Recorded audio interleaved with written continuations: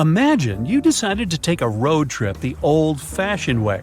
And by that I mean you decide to do it without the help of any technology. What? So you go to the nearest convenience store and buy a map of each state you plan to pass through. You buckle them up on the passenger seat right next to you and set off on your adventure. During your first week, you arrive in the state of New York. You wave bye-bye to Lady Liberty, eat a slice of pizza, and head upstate. Near the Catskills, you notice you're running low on gas and decide to stop in the nearest town to fill up your tank. You check your map, and it appears that the nearest place is a small village called Agloe, right at the next intersection. You drive a few minutes and pass through a sign that says, "Welcome to Agloe, home of the Agloe General Store." Well, this must be it, you think to yourself. But the town is strangely empty. You can't find the store or the gas station you were looking for. There are no houses. You start to think there might be a mistake. Agloe doesn't seem to exist. This story may sound made up, but it could have actually happened to anyone passing through New York a few years ago. Actually, the so-called town of Agloe is what is called a phantom settlement or a paper town. There are several of these around the world, but Agloe is probably the most famous. Paper towns are basically fake towns. That is, they don't really exist. They're made up of Easter eggs put there by map makers as a kind of copyright trap. Maps are tough to make. To create a map from scratch, one has to do years of fieldwork or analysis of satellite photos. That's why plagiarism has always been rampant among map makers. It's pretty easy to redraw the same geographical features from one map onto a new map, and it is hard to get caught. People are, after all, drawing the exact same world. That's why map makers came up with a way to catch individuals stealing their data. Some map makers may include a mountain that is bigger than they are in reality. Others might add a slight turn on a road, where in reality there is none. For example, in the early 1970s, a fake mountain peak appeared on some Boulder County maps. The addition of this previously unknown peak, called Mount Richard, into local maps began to confuse Colorado rock climbers at the time. It turned out that Mount Richard was one of these copyright traps, put there by a local mapsman called Richard Ciacci. Let's just say he must have decided to pay a tribute to himself with this little addition. Now, adding a paper town is perhaps one of the most extreme solutions, one that mapmakers hope goes unnoticed. But that's not what usually happens, which leads us back to the Agloe story. Mapmakers Ernest Alpertz and Otto Lindbergh from the CDG, General Drafting Corporation, were part of the largest map publishers of the 1930s. Back then, the company was commissioned to create a map of the state of New York. That's when the two men had an idea. In order to prevent copyright infringement, they would create a phantom settlement combining parts of their names together. They came up with the strange name Agloe and added the fake town along Route 206 near the water reservoir of Catskills in upstate New York. The area was supposed to be, in reality, a dirt road. Years later, Rand McNally, another map designing company, produced a map of New York that included a town called Agloe in the same location where CDG had originally placed it. Lindbergh was convinced that he had a copyright case against his competitor, but the story just kept getting more complicated. Both companies went to settle the case in court, but as it turned out, McNally had a legitimate reason for adding Agloe to their version of a New York map. You see, in order to fabricate their maps, McNally did a thorough research on real estate and establishments located in each existing town. And as it turned out, Agloe was not an empty town when they drew their map. Records show that the town housed an establishment named Agloe General Store. Sure, it was the only building in town, but that was enough for the mapmakers to believe that such a town really existed.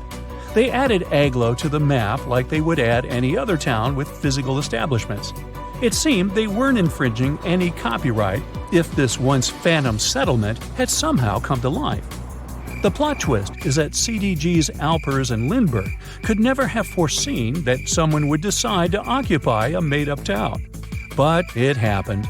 One day, someone bought a map from a regional gas station that had Agloe marked on it.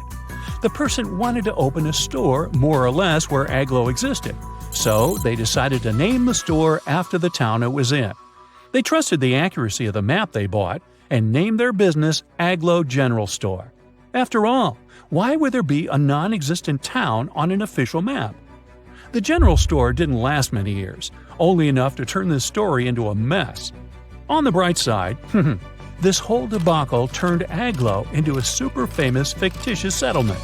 It became a tourist spot, with people driving from all over the U.S. to get a picture of the town's welcome sign. Now, as we said before, paper towns are plenty around the world and over time, too. A 2005 BBC documentary revealed that the City of London alone had over 100 tiny fake streets or paper streets around the city. For instance, the so-called Moat Lane is supposedly a curving road in Finchley, North London. But if you ever decide to go visit, you'll find nothing but trees and gardens. And what about Argleton, a town in the north of England? Or, more accurately, an empty field in northeastern England. Argleton existed for a while on Google Maps. There were hotel listings and apartments for rent in town. Well, the only thing is that they weren't really in Argleton, but rather in nearby settlements. It's believed that Google Maps imported these fake streets into its database, as they used renowned copyrighted atlases as their sources. But as the truth about these paper streets surfaced, the company later deleted them. If we turn back the clock a few hundred years, we'll find another mystery story involving a possible phantom settlement. But this isn't a tiny town at an intersection, but rather an entire island. Bermejo Island was speculated to be a tiny inhabited island. It appeared on many maps of the 16th and 17th centuries and was a hot spot for Spanish explorers. Its location sometimes varied slightly from map to map, and occasionally its name appeared as Vermija, but its existence seemed certain enough. It wasn't until the 18th century that the island stopped being depicted in maps altogether. This island's last appearance dates back to a 1921 edition of a Mexican atlas, and then, poof, it dropped out of the horizon altogether.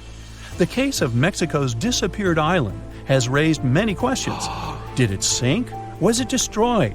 Are people simply looking for it in the wrong place? 3 official investigations took place in 2009 to locate the island. They used high-end technologies, scouring Mexico's oceans and seabeds. Yet, Bermeja remained nowhere to be found. One can't help but wonder if the island ever existed at all. Similar to modern-day mapmakers, 16th and 17th century mapmakers had their way to trick map users. Instead of copyright traps, these fake towns or even fake islands served as a way to fool and confuse enemies and unwanted voyagers. Since a long time has gone by, it's hard to know whether Bermeja was just another phantom settlement. It stopped being depicted on maps, but this mysterious case still leaves people baffled and confused.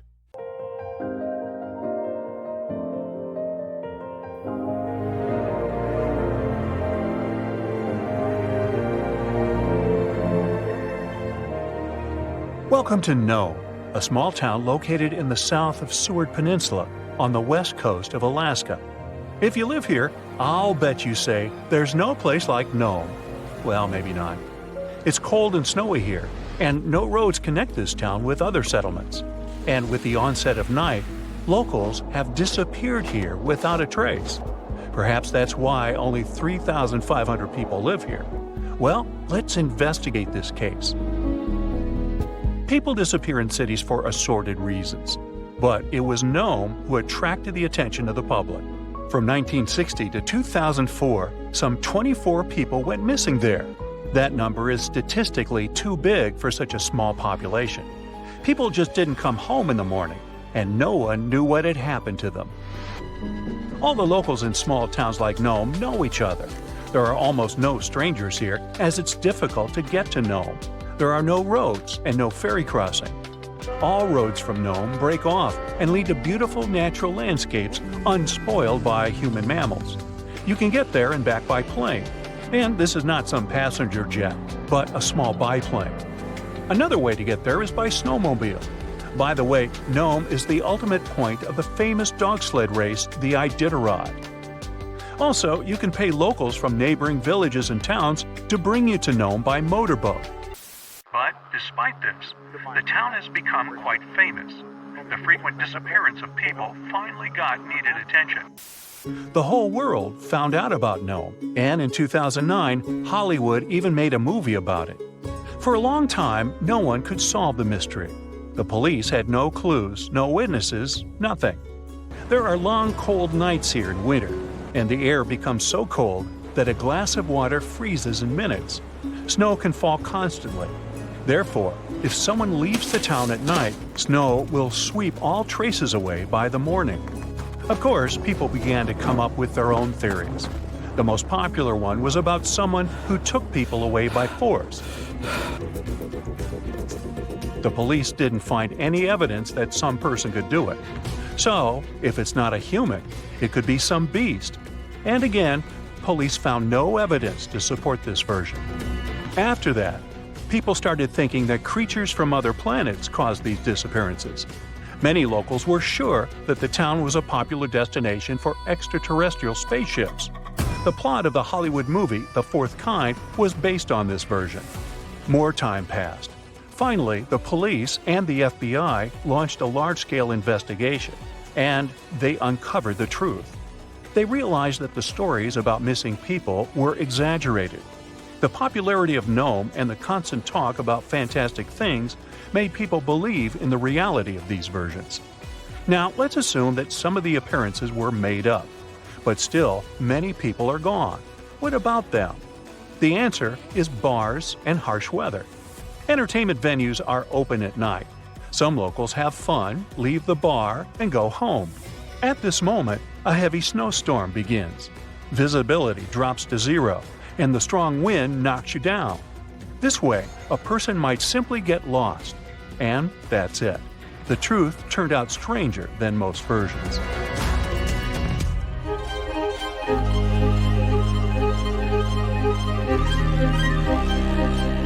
The Bermuda Triangle is a big area in the Atlantic Ocean, so the disappearance of ships and planes there seems not so surprising.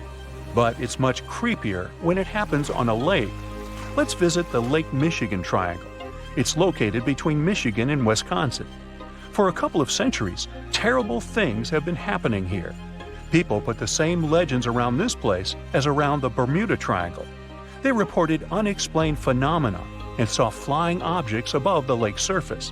Some believe that the triangle is a time portal. Of course, no theories have been confirmed, but strange cases have occurred on the triangle territory.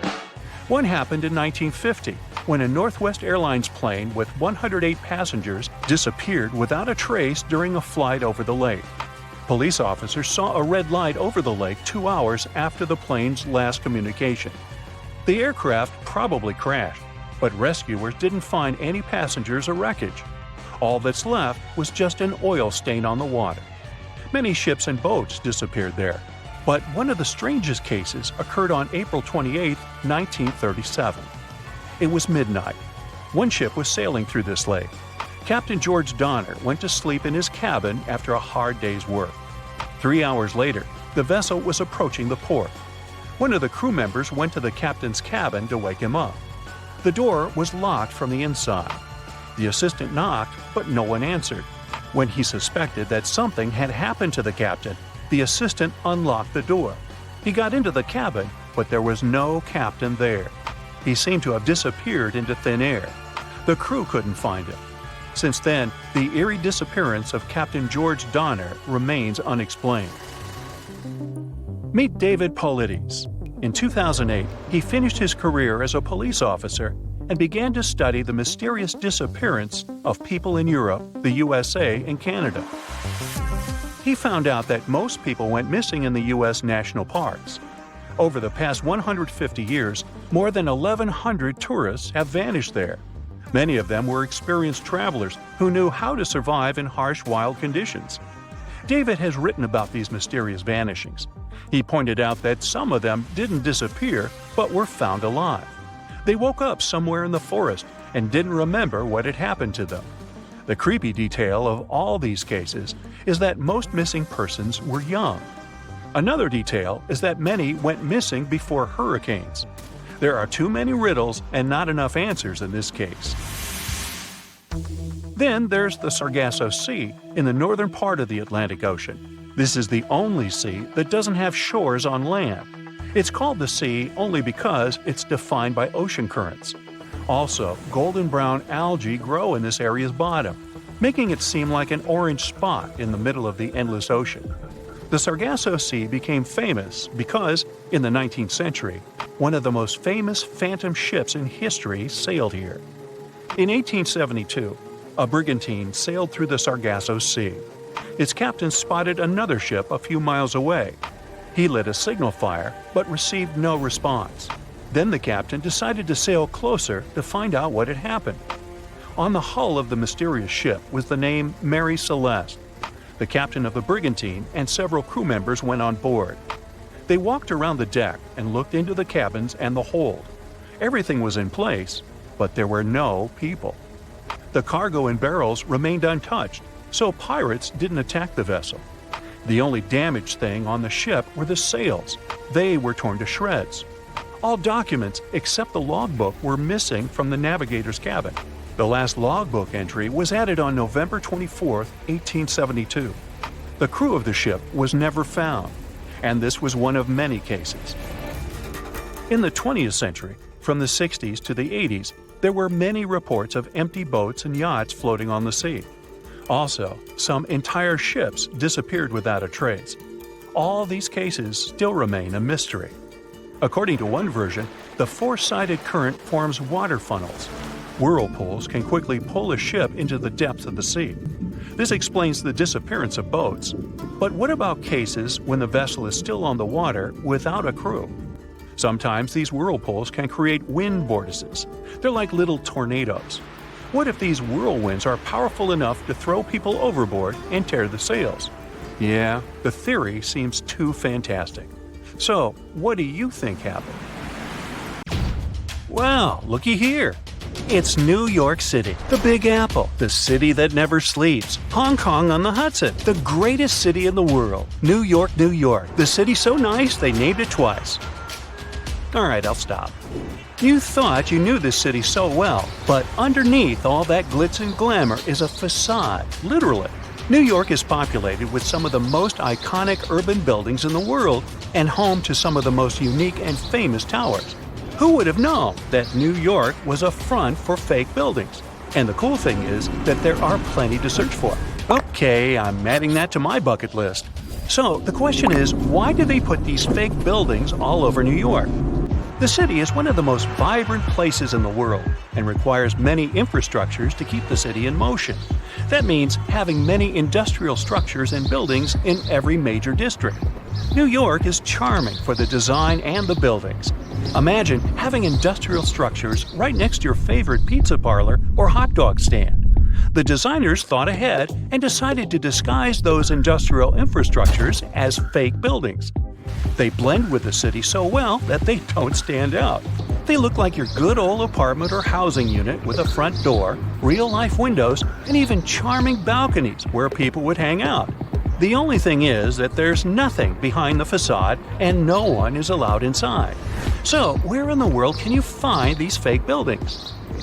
For starters, one of the most popular fake buildings is in Brooklyn. At 58 Joralemon Street, you can find a very typical neighborhood. But between the buildings stands a brick building with a slightly deeper shade than the rest. It has bright open windows that blend in with the rest of the buildings in the neighborhood, except that they're blacked out. At first glance, you might not think of it as anything, but if you pay close attention, the building looks like a glitch from a video game. It was built in 1847, way before New York was considered glamorous. Originally, it was meant to be a regular building, but in 1908, they converted it into a fake building. Don't think you can just try to break in. Even if you could, it's pointless, because it's part of a ventilation fan for the subway. It also serves as an emergency exit for some of the surrounding buildings. Actually, throughout New York, many fake buildings exist to disguise the subway vents for the smoke to escape. All the way to 415 Bruckner Boulevard, the Bronx, this townhouse was designed by the Switzer Group, which is an interior architect company. It's not as charming as the one at 58 Joralemon Street, but it serves a similar purpose: to hide an electric substation for New York's utility company. The city needs these substations to reduce the high-voltage electricity to a lower voltage so it can be distributed locally. Having a building like this popping out of the middle of your neighborhood isn't exactly the smartest way to attract people to the Bronx. That's why the fake townhouse facade is the perfect camouflage. Now, some of these fake buildings don't really hit the mark and stick out like a sore thumb. The people of Manhattan describe the Mulberry Square infrastructure as a complete clunker. After plenty of redesigns and back to the drawing board meetings, the result is still not pretty. The locals compare it to a concrete box. They created windows without glass, which doesn't allow the building to blend in with the rest of the neighborhood. But it beats a typical subway ventilation plant either way. There are just so many places to visit and cross off your bucket list. But if you live in China, you can literally stay in the country and visit many iconic cities around the world. The replica cities began when the Chinese economy started booming in the early 90s. They wanted the lifestyle of the rich and famous without wanting to leave their country. They can be comfortable eating their local food and get the feeling of being abroad.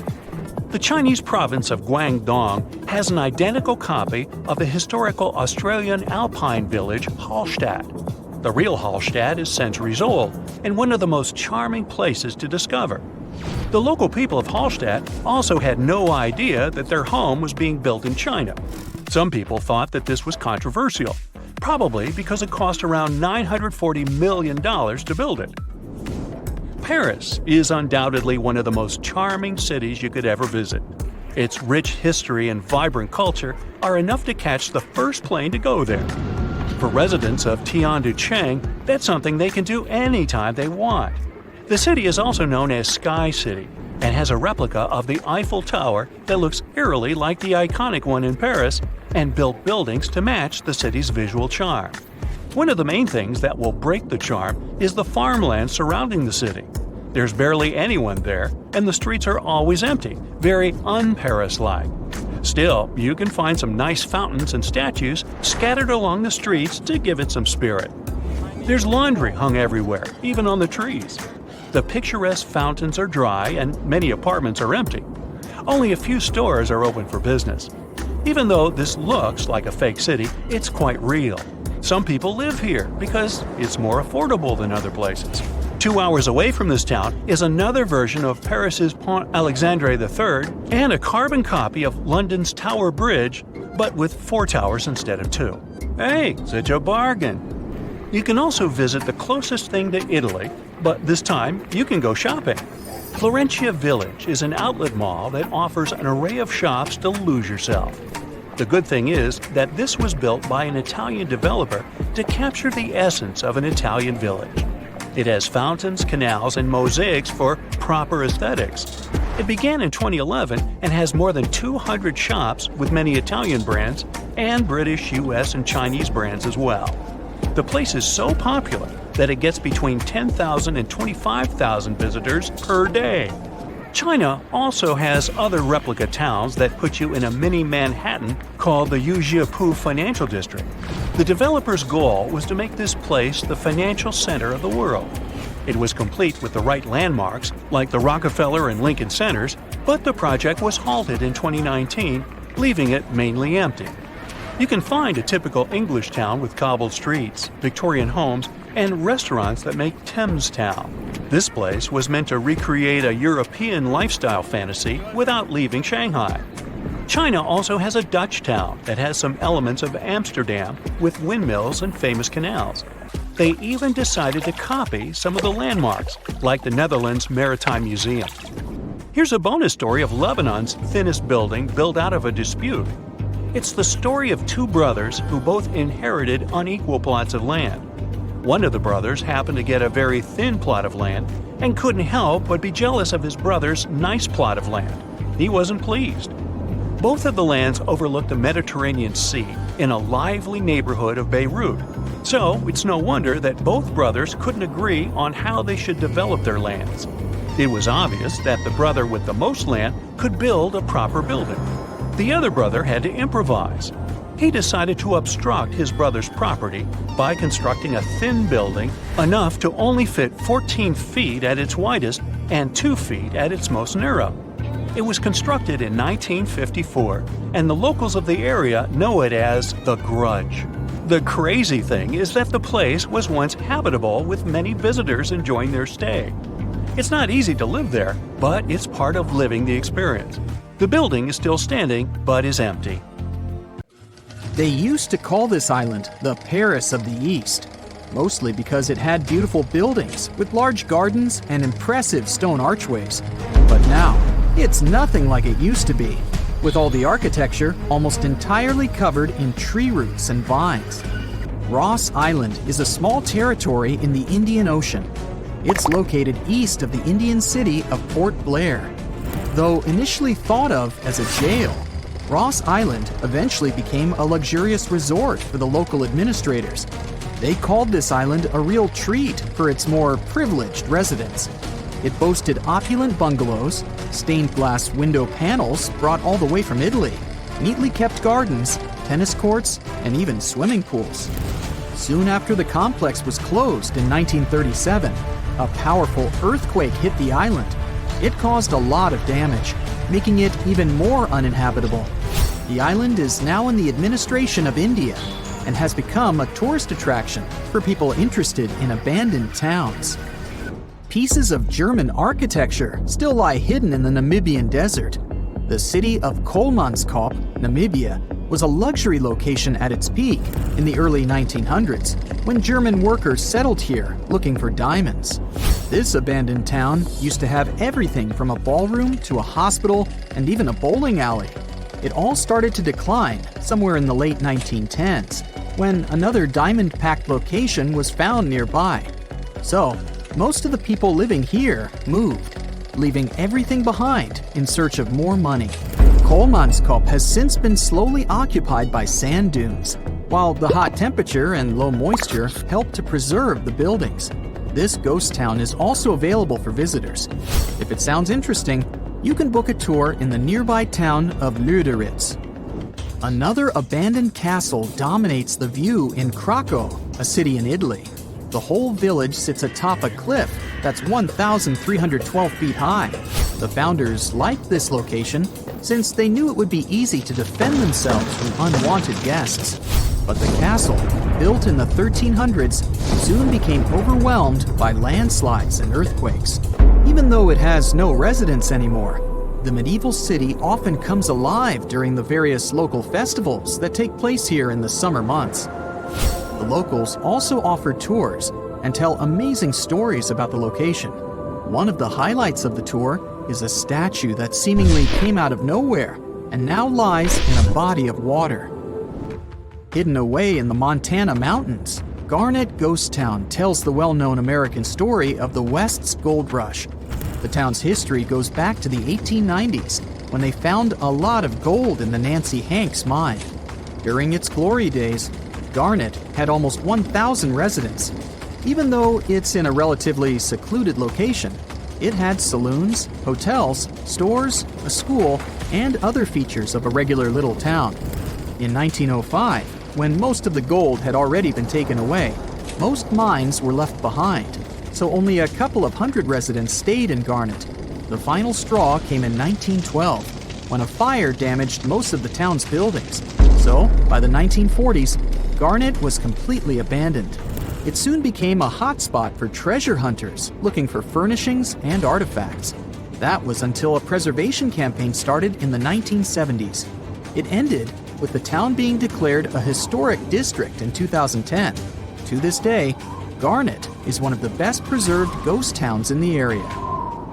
Hashima Island is another abandoned location that tells us that when people leave, nature takes over. This mysterious place was even featured in a James Bond movie because of its ghostly landscape. It used to be a well-known spot in Japan for undersea coal mines, as it was opened in 1881. In 1959, at its peak, there were over 5,000 people living here, including mine workers and their families. As soon as the mines started going dry, sometime in 1970, people started to slowly depart the island, leaving it completely abandoned in 3 months. Even though nobody lives there these days, there are a lot of tourists here that drop off to wander around the abandoned homes, swimming pools, stores, and factories. Another town that started with a mining company back in 1881 is Calico, California. People discovered the location was packed with silver, so it soon became home to over 500 silver mines and 3,000 residents. It used to feature hotels, general stores, restaurants, and a school. There was even a local newspaper printed here called the Calico Print. But by 1986, the town had become empty. One of the former locals decided to buy it and began its restoration, making it a registered historical landmark. It even has a museum of the Old West available for tourists. One of the most interesting attractions that were rebuilt is the 1-mile-long Calico and Odessa Railroad. It currently goes through the steep canyons and hills and even passes the old mines and buildings north of Calico. Approximately 1/3 of the town is original, while the rest consists of newer buildings that are replicas meant to recreate the spirit of its past. If you're a fan of cars, you might have heard of Henry Ford as the famous American industrialist who founded the Ford Motor Company in 1903. But in 1927, he began working on another one of his ambitious dreams, Fordlandia.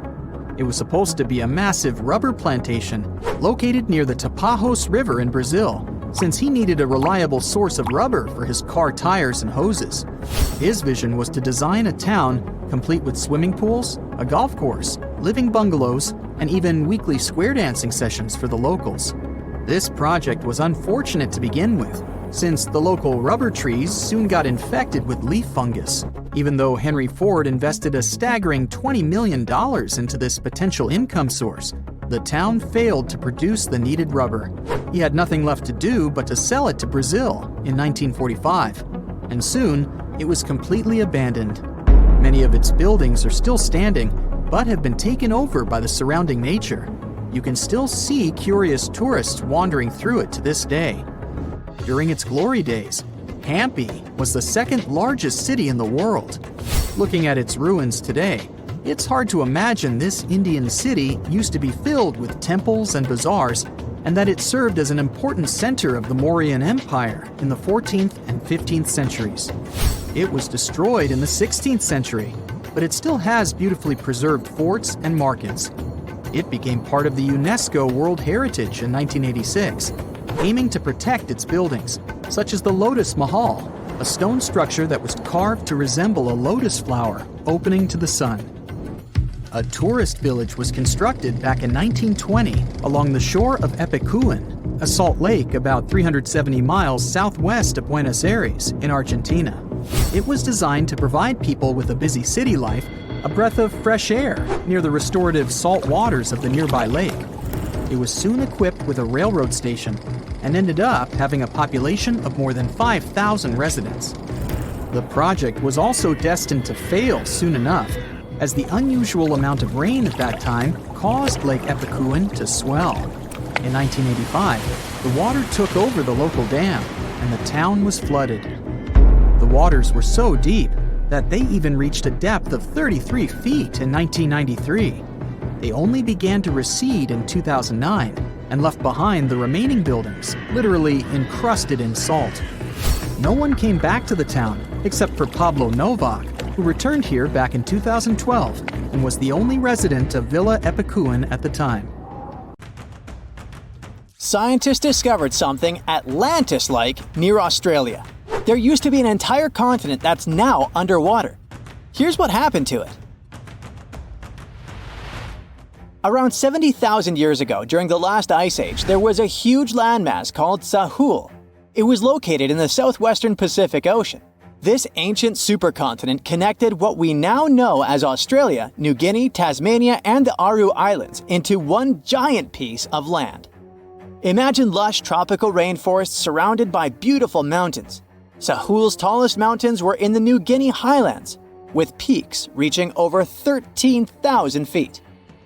This beautiful place was home to a variety of unique animals, most of which were pouched creatures. But back then, they weren't just koalas and kangaroos. Sahul was filled with different types of grazers, burrowers, scavengers, and predators. It was home to a huge diprotodon, a powerful hunter Thiosolio, and a horrifying Megalania, a creature that's much larger than any living lizard today. It was a unique place because the rest of the world was filled with placental animals at the time, like wolves, elephants, and humans. In Sahul, the only normal mammals were bats and rodents. But not all its parts were the same. The Timor, Arafura, and Carpentaria regions were covered by hot savanna and dry forests. It looked kinda like modern Australia, hot air deserts with scrubland, steppe, and temperate forests along the eastern coast. Back then, people were migrating all across the world. They made an incredible journey from Southeast Asia to Sahul and first arrived here from 60 to 45,000 years ago. They mostly traveled by foot and crossed the sea using bamboo rafts and simple boats. They came there from an ancient landmass called Sunda, which includes parts of Southeast Asia. They traveled across a series of islands known as Wallachia and eventually spread across Sahul. And it wasn't a small journey. Sahul was huge, around 4.1 million square miles. That's bigger than the USA or Canada. It stretched from the equator to around the southern part of New Zealand. So they arrived in what is now Australia and became Australia's first people. Scientists think that Sahul had a population of 500,000. We've discovered cave paintings that date back around 40,000 years. It's a hunting scene depicting an anoa, or miniature buffalo, facing figures of humans and animals. Researchers are trying to figure out how these early settlers moved across Sahul and where we might find archaeological evidence of their journey. To do this, they created a landscape evolution model. The simulation showed how Sahul changed between 75,000 and 35,000 years ago. It showed potential migration routes and archaeological sites. Humans likely traveled along coastlines and rivers. But how did Sahul get submerged off the coast of Australia, similar to the mythical Atlantis? During the last ice age, much of the Earth's water was locked up in large ice sheets and glaciers. The sea levels were much lower than they are today. After that, the global temperatures increased.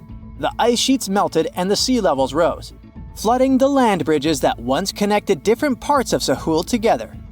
About 8,000 years ago, New Guinea separated from mainland Australia, and then, about 6,000 years ago, Tasmania did the same. We still can explore the underwater parts of Sahul thanks to new technology. Divers explore and collect samples directly from the ocean floor. Underwater drones can go to places that are too deep or dangerous for humans to explore. And with sonar mapping, scientists use sound waves to create maps of the ocean floor. It's like using an echo to see what's underwater. The sound waves bounce off the seabed and come back, helping us create a picture of what it looks like. Deep underwater, archaeologists have found stone tools and other artifacts. They also discovered fossils of animals like Diprotodon and Thylasolio. By studying the underwater terrain of Sahul, they learned about the ancient rivers, lakes, and coastlines that existed during the Ice Age. But Sahul isn't the only underwater continent.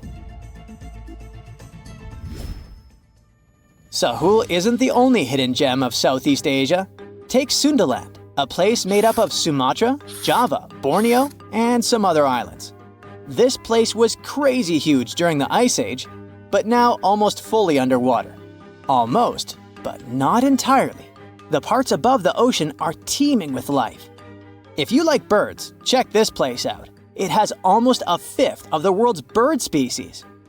You can spot colorful birds like the Java hawk eagle and the Bali starling among the lush forests. It's also a home to a fourth of Earth's fish species. Sundaland's waters are a haven for marine life, even the most exotic animals like the Asian arowanas. It's also a treasure trove of flowers. That's where you can find Rafflesia and Titan arum, the world's largest flowers. This makes it very similar to Zealandia. Zealandia is a long, narrow piece of land about half the size of Australia. It broke from Antarctica about 100 million years ago. Just like Sundaland, it isn't fully underwater. 7% of it stayed above sea level. This sticking out little piece is what we now call New Zealand, along with Stewart Island and some smaller islands. These pieces of Zealandia are lush and warm. They're packed with volcanoes, mountain ranges, beautiful natural geysers, and hot springs. Local people, Maori, use these hot springs for cooking. People place corn, eggs, and vegetables in baskets and lower them directly in the hot springs. Sometimes they cook food in a pit oven using heated rocks. Another hidden world is known as Argoland. This mysterious landmass was once part of Australia, back when dinosaurs chilled around. It drove scientists crazy for decades.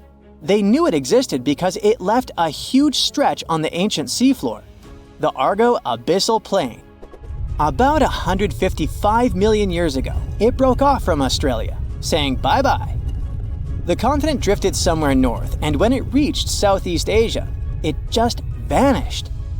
Scientists had no idea where it went, but recently they finally found its remains. Turns out, poor Argoland's lower parts started drowning into the Sunda Trench, a horrifyingly deep oceanic pit. The Earth's crust sunk into the mantle. Meanwhile, the upper parts of Argoland were pushed upward, grabbing the younger rocks on land. Because of this, Argoland broke apart into a bunch of smaller pieces. These pieces formed parts of Borneo, Java, Sulawesi, and other regions. The remains are buried under Indonesia and Myanmar. Imagine a colossal landmass the size of Greenland, Greater Adria. Its journey began about 240 million years ago when it broke away from the supercontinent Gondwana. It started moving north, and after 100 million years of enjoying the warm seas, it suddenly crashed into Europe and shattered into pieces. Most of these pieces went deep into the Earth's mantle, but some were scraped off and became part of mountain ranges like the Alps. Today, the remnants of Greater Adria are scattered across more than 30 countries, from Spain to Iran. That's why they're hard to look for. Seychelles was also once part of Gondwana. Yep, these idyllic islands are sitting atop of the ancient continent. We know a lot about it because of its fascinating granite outcrops. 100 years ago, Alfred Wegener discovered continental drift, but no one believed him. These granite outcrops helped him prove that he's not crazy and that tectonic plates really are moving. The Seychelles broke off from India and Madagascar and eventually became a sad loner in the Indian Ocean. This probably happened because of some insanely active volcanoes in the Deccan Traps. But now, the islands are home to unique species both on land and in the coral reefs nearby. Mauritius broke off from India after the dinosaur wiping. Along its journey, it stretched into a long ribbon-like shape and also broke into pieces. Now it's all scattered beneath the Indian Ocean. Scientists stumbled upon this lost land by studying tiny ancient crystals called zircons. These zircons are like time capsules. They date back an astonishing 660 million to 2 billion years. That's even older than Mauritius itself. These ancient crystals hinted that there's another Atlantis somewhere nearby. Turns out there are hidden continents all around the world, and maybe we'll discover more of them in the future. Behind those huge steel doors is one of the most guarded places on Earth. It's known as Site R, or the Raven Rock Mountain Complex. You'll find it in Pennsylvania. The construction is 60 stories underground and is said to be a safe place for people in case of a natural or human-made disaster. There's not a lot of information online about this mysterious place, but what we do know is that it's equipped with 38 communication systems. It's obviously not available for visits via Google Earth, but you can catch a quick glance at the 2 gates that face the complex. Vatican City is one of the most famous enclaves on Earth, and it's certainly worth a visit due to its wonderful architecture and vast list of art pieces to check out.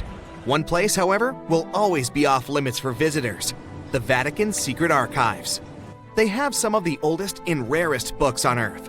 These archives are available only to a limited number of people, And since they have been visited by a small number of people so far, they also trigger a lot of weird theories.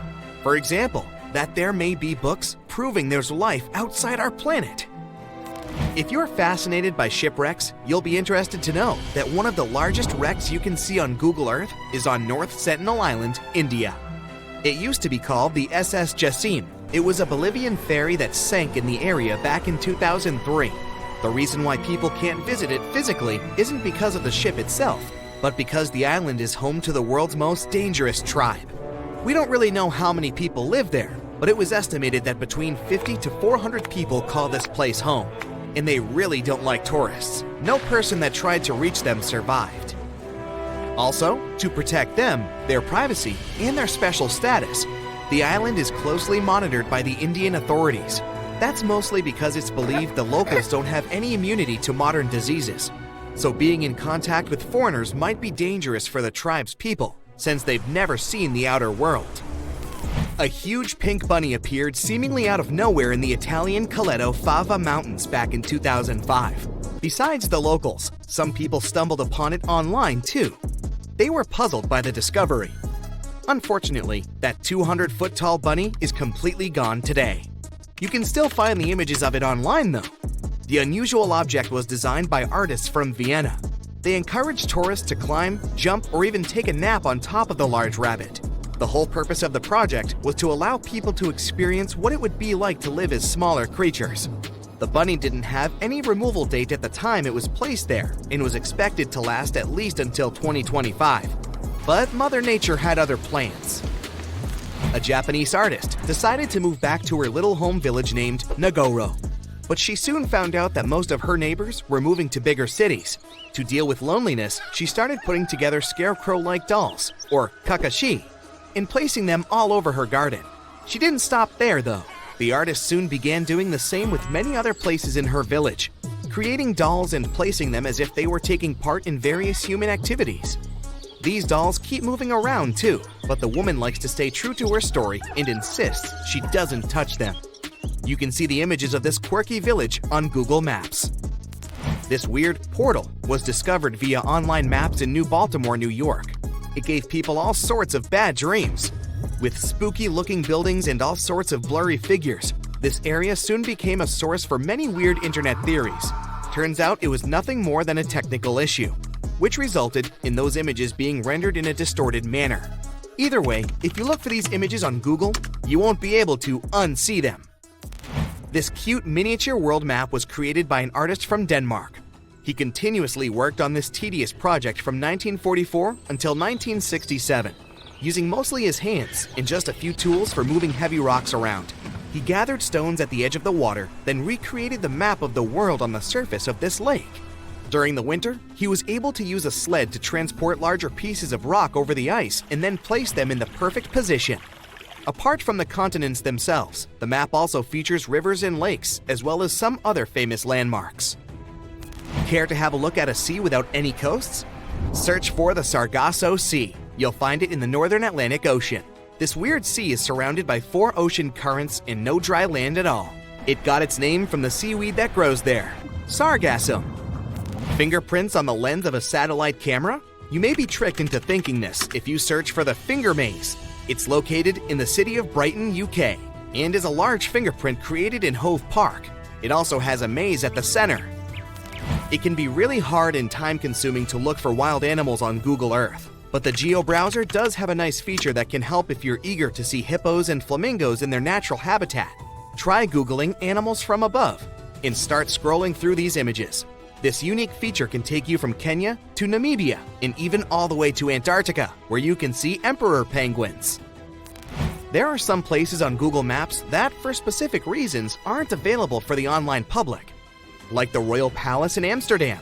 If you head over there via Google Earth, you'll see that everything around the Dutch Royal Palace is still visible, like the vegetation and roads, but the construction itself is blurred from all angles. That's probably because local authorities want to keep the unique views of the palace for the eyes of physical visitors only. The same goes for the Tantaco National Park in Chile.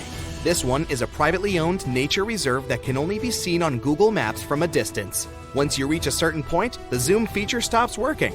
Some people say that since it's a nature preserve, it may be home to some endangered species, and extreme measures are taken for their protection. You know how a certain brand of fried chicken has a certain kernel on their logo?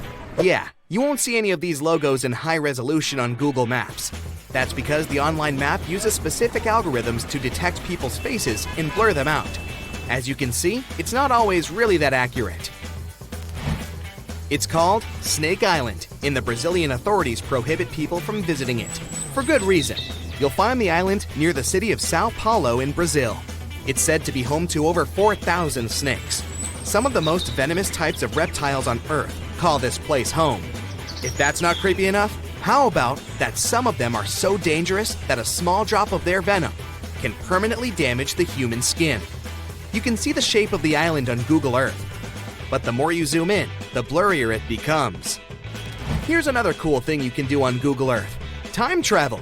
Well, at least sort of. You won't be able to travel back in time and tell yourself to study more for that tricky exam, but you can see certain historical images of places you like.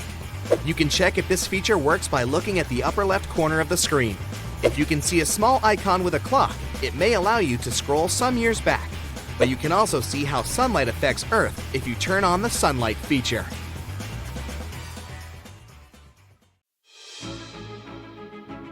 One interesting thing that happens in map design is the so-called Baltimore phenomenon, or Baltimore effect.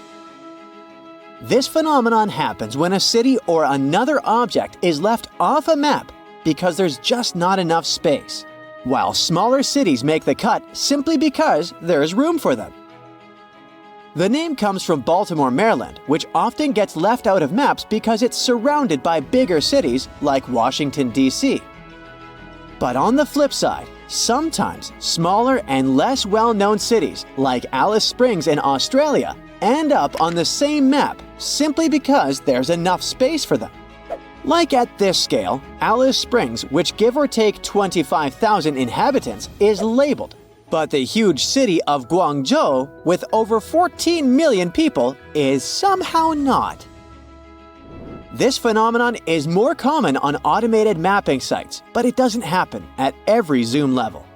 On popular sites like Google Maps and other similar ones, you'll only start seeing Baltimore show up at certain zoom levels, like the 5th, 6th, or 7th zoom.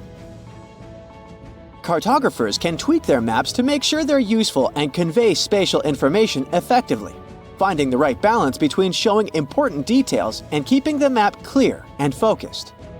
The best maps are the ones that show key elements clearly, while still accurately representing the world. But Alice Springs is not the only weird thing on the map of Australia. Look at the time zone map. This 10.5 section looks a bit off, huh? Well, Australia is officially divided into 3 standard time zones: Western, Central, and Eastern. Australian Central Time aligns with UTC plus 9:30, with individual states and territories deciding whether to observe daylight savings time. Australian island territories and Antarctic stations contribute to the complexity of the time zones. Despite this, Australian time zones are generally easy to understand. In addition to the official time zones, there is an unofficial hybrid time zone called Australian Central Western Standard Time. This time zone is halfway between Western Time, UTC plus 8, and Central Time, UTC plus 9:30, making it UTC plus 8:45, a unique quarter-hour difference. Australian Central Western Standard Time is only observed in a small area in far southeastern Western Australia, along the Eyre Highway. The Australian Central Western Standard Time area includes settlements such as Cocklebitti, Madura, Mundrabilla, Eucla, and Border Village. Only a few hundred people live in this region, making it easier for them to agree on a non-standard time zone.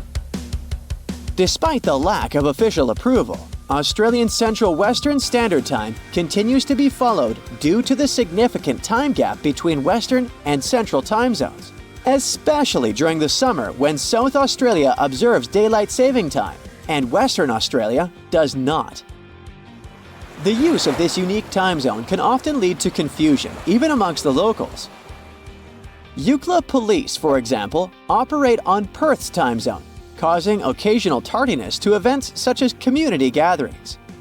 Locals mentioned that in the past, Eucla operated on its own unofficial time, which made things simpler, before the transition to align with Perth time. They also face confusion as their location in South Australia does not observe daylight savings. The history of the Australian Central Western Standard Time dates back to the establishment of a telegraph station in Eucla in 1877. Although the exact origins of this time zone are unclear, it is speculated that it was adopted to avoid confusion at the telegraph station located on the border between Western Australia and South Australia. UTC plus 9:45 was historically utilized in Australia as a time zone known as Central Western Daylight Time. Certain roadhouses along the Eyre Highway in South Australia and Western Australia adopted UTC plus 9:45 during the summer months when South Australia observed daylight savings time. While not officially recognized by the authorities, the boundaries of this time zone are clearly outlined and often depicted on local road maps. 5 locations in Australia, including Border Village, Kaiguna, Eucla, Madura, and Mundrabilla, previously observed UTC plus 9:45. Currently, these areas operate on UTC plus 8:45 due to Western Australia's lack of daylight savings time. Australia is not the only example of weird time zones. China has a population of approximately 1.5 billion people, and it's the 3rd largest country in the world. Despite its vast size, China operates on a single time zone known as Beijing time or China Standard Time. This unique time zone covers almost 5 geographical time zones within the country. At times, in some cities in China, the sun rises as late as 10 a.m. People often have lunch after 2 p.m. or even after 4 p.m. if they're not in a hurry. Since 1991, daylight savings time has not been observed in China. However, the region of Xinjiang, located in the western part of the country, follows Xinjiang time, which is 2 hours behind China Standard Time, and is considered an unofficial time zone. Nepal also has its unique time zone, as it operates on Nepal time all year round, without the use of daylight savings time. It's a bit unique compared to other countries because it has a UTC offset of plus 5:45, meaning that Nepali clocks are 5 hours and 45 minutes ahead of Coordinated Universal Time. This is only a 15-minute difference from neighboring India, where the standard time used to be the same until Nepal decided to set its own time zone in 1956. Now, let's examine the map of Europe. Great Britain, Portugal, and Spain are all located at roughly the same latitude. However, despite this, it's 1 hour earlier in Portugal and the UK compared to Spain. Why is this the case? In the 1940s, Spain was instructed to switch to German time, a directive that was accepted by Spanish authorities. Over time, despite changes in leadership, Spain remained in the same time zone, resulting in it being 1 hour behind its neighboring countries at the same latitude. But like many other countries, Spain sticks to daylight savings time. Greenland would rank as the world's 12th largest country if it were independent, but it's currently part of Denmark. The country has 3 different time zones. Most of it is 3 hours behind Greenwich Mean Time, except for only one town on the eastern coast, which is 2 hours ahead. Thule Air Base in the northwest operates on GMT -4, while the tiny population of Danmarkshavn sticks to GMT. Daylight savings time was implemented to give us more daylight during the evenings after work, which could help save energy by lowering the need for lights and heat. It was first suggested by Benjamin Franklin in 1784 to align waking hours with daylight and conserve energy, and was implemented in Port Arthur, Ontario in 1906. Since then, many countries have adopted the practice. though some regions near the equator or at high latitudes opt out due to minimal variations in daylight hours. In the United States, daylight savings time is observed almost everywhere, except in Hawaii and Arizona. Arizona's scorching hot weather makes daylight saving time kind of pointless. People there would rather get stuff done in the cool morning hours than sweat it out in the evenings. However, the Navajo Nation, which is autonomous Native American territory, sticks to the same daylight savings time schedule as the rest of the country. Even though it spans 3 states, Arizona, New Mexico, and Utah, they keep the time consistent across their lands. As for Hawaii, due to its tropical location, the amount of sunlight doesn't change much throughout the year. If Hawaii changed its time zone to UTC-9 during daylight savings time, the sun would rise at around 7 a.m. in June. This is because most of the islands are situated towards the west of the Hawaii-Aleutian time zone, and theoretically should be in the next time zone to the west. In the past, Hawaiian Standard Time was based on a different longitude than it is now. It was April 10, 1912. Richard had just departed from Southampton, England, aboard the most famous ship of the time, dubbed the Unsinkable. Since he had just witnessed a near collision with the SS City of New York, he decided to write to his wife and report the unfortunate and frightening event. "My dearest Sal," he wrote, "we got away yesterday after a lot of trouble." Little did he know that a mere 4 days later, both his pen and the ship he was on would be lost forever at the bottom of the North Atlantic Ocean. Was this some sort of bad omen? Did Richard actually foresee what was about to happen to the ship he was on? In case you haven't figured it out by now, Mr. Richard Geddes was aboard the Titanic on the day that he wrote the letter to his wife. On April 14, 1912, the ship seemed to have been lost forever. Along with it, so many secrets and treasures have settled at the bottom of the ocean. It took until 1985 for the Titanic's wreck to be finally rediscovered using state-of-the-art sonar technology. Ever since then, they've managed to recover thousands of items from the Titanic, and many of them went on display or auction. Things like jewelry, a life jacket, a menu from the ship's restaurant, or even a sample square of carpet from the first-class stateroom have all captivated the public's attention, just like the many stories of the people on board. Scientists have even tried to come up with strategies to get the Titanic back up altogether to properly study it and stop it from getting more and more damaged at the bottom of the ocean. Some have suggested filling the wreck with ping pong balls to make it float, while others even considered injecting it with 180,000 tons of Vaseline. Another idea was to use 450,000 tons of liquid nitrogen to trap it in an iceberg that would float to the surface.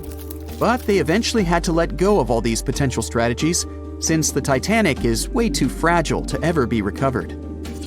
The Titanic may be one of the most interesting ships lying at the bottom of the ocean, at least in popular culture, but deep-sea divers have a lot of other stories to share. Planes also sometimes find their way to the bottom of the ocean. Deep-sea divers in Oahu, Hawaii came across the wreckage of an F-4U Corsair plane. It seems to have crashed into the ocean in 1946, as it didn't have sufficient fuel. If you can dive deep enough, you might even stumble upon statues and lost artifacts, like those found in the world's only underwater archaeological park off the coast of Naples, Italy. It features the ruins of the ancient Roman city of Baia. The underwater statues found here are breathtaking, to say the least. In an ironic twist of events, some of the equipment we intended to use to get us to the moon was lost at the bottom of the sea for a very long time. But how did that happen? Beginning from the late 1960s and ending in the early 70s, many Apollo rockets were launched to orbit the Earth and the Moon. When reaching altitudes of about 38 miles, the first portion of the spacecraft, including the engines, needed to separate. People thought these components got destroyed or lost forever. But were they really? In 2012, a team of specialists discovered a bunch of rocket engines 14,000 feet off the coast of Florida. They have since gone through a 2-year renovation plan and are now on display at Seattle's Museum of Flight. Can you imagine stumbling upon a whole city underwater? Back in 2001, a lost city was discovered in the Gulf of Cambay, off the coast of India. Some archaeologists believe it to be the oldest city in history. By comparison, it's almost the size of Manhattan and features massive walls and even plazas. They stumbled upon pieces of sculpture, artwork, and even what looked like ancient wooden furniture, believed to date back up to 9,500 years ago and 5,000 years older than any city previously discovered. Okay, how about an underwater river? I can't even imagine what that would look like, but some deep divers claim to have seen it south of Tulum, Mexico. Is that even possible? Well, not really, since the Cenote Angelita Cave is not a true river, but a very special type of optical illusion. It's formed by a halocline, meaning a cloud of hydrogen sulfide at the bottom of this underwater cave. Turns out you can actually swim right through this cloud, which makes you feel like you're swimming through a flowing body of water. Not all things discovered underwater are inanimate objects. Some of them are actually quite scary sea creatures. A jellyfish might not be on your list of things to look out for if you can avoid the stings. But this giant one, also known as a lion's mane jellyfish, is the largest known species of its kind. In all fairness, you'll only uncover it if you happen to dive into the waters of the Arctic, Northern Atlantic, and Northern Pacific Oceans. You surely won't miss it, since it stretches across 120 feet from the top to the bottom of its tentacles. When it comes to deep-sea diving, a lot of people are looking to discover some lost treasure. One diver was lucky enough to have hit the literal jackpot when he came upon nearly $1 million worth of treasure on the bottom of the seabed. That was back in 2015, when this lucky diver was swimming just off the coast of Florida. What did he find, you might ask? Well, about 51 gold coins, 40 feet of gold chain, and a rare single coin that was tailored for the King of Spain, Philip V. Speaking of people looking for lost treasures, divers also sometimes found pirate ships. They discovered one of these pirate shipwrecks in 2015 off the coast of Colombia. It dates back to the 18th century. The value of this forgotten ship was estimated to be between $4 billion and $17 billion, as it contained treasures, precious stones, gold, and countless other really valuable items. By comparison, a whole island in the Bahamas is up for grabs at $75 million.